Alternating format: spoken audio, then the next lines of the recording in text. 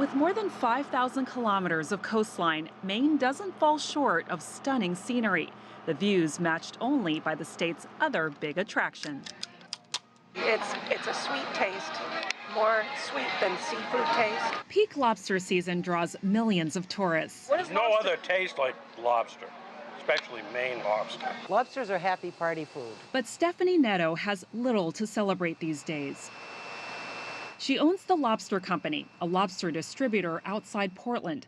Netto used to do half her business in China. That weighs in at about 900,000 kilograms of lobster every year. And now? None, zero, to mainland China. Do you have any clients at all in China now? No, we have no clients at all in China. It's all the business is done by Canadian firms. Netto is trying to keep the company afloat as Canada takes over the Chinese market without the tariff-inflated price tag. It's like Christmas in Canada every day. The tariffs have forced her to lay off half her staff of 14. We have some very long-term employees here, people that have worked here for 20 years. Her estimated loss, $15 million in gross sales. You're not going to replace a seafood-eating culture of Southeast China, right? You're just not. There's no place to go. Are there days where you don't sell any at all? Yes. Are those days more frequent now? Yes, yes. Like Friday, I didn't sell anything. Saturday, I didn't sell anything.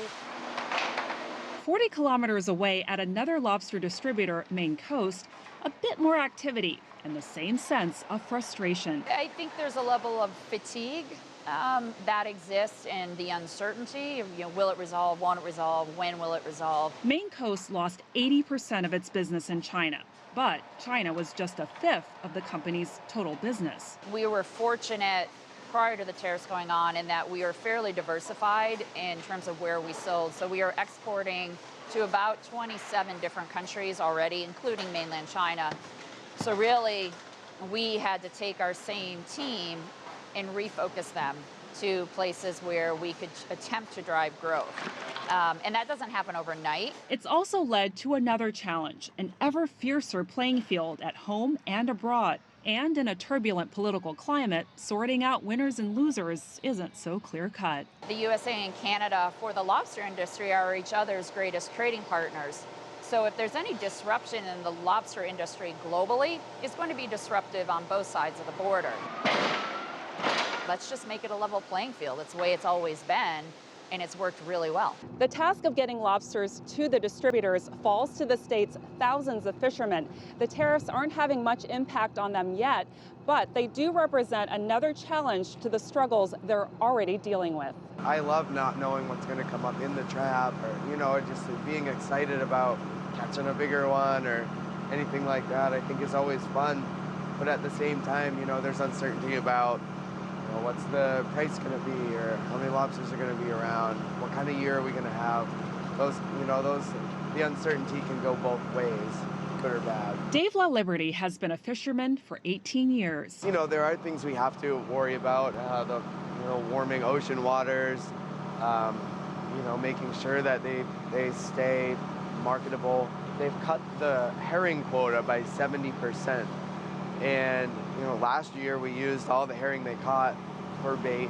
One of the things about the lobster fishery is it has this ripple effect out into the community, and so it tends to extend quite beyond what happens out at sea. Joshua Stoll is assistant professor at the University of Maine School of Marine Sciences. He says the state's lobster industry is trying to capture more of the domestic market as it deals with the changing dynamics of global trade routes. So we've seen a diversification of the outlets through which we sell our lobster. But one of the things that we've observed is a lot of those trade routes end up coming back to China.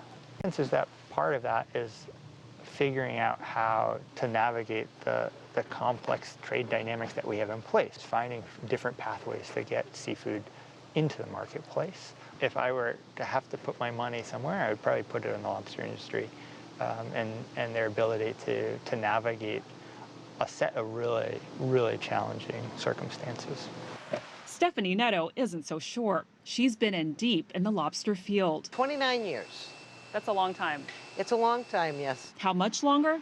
she has no idea. I don't think we're pawns in this trade war. We are the pawns in this trade war. And the pawns can be sacrificed. And if we need to close the doors, we'll close the doors. I'll be kind of sad, but there's nothing I can do about it. Frances Coe, CGTN, Arundel, Maine.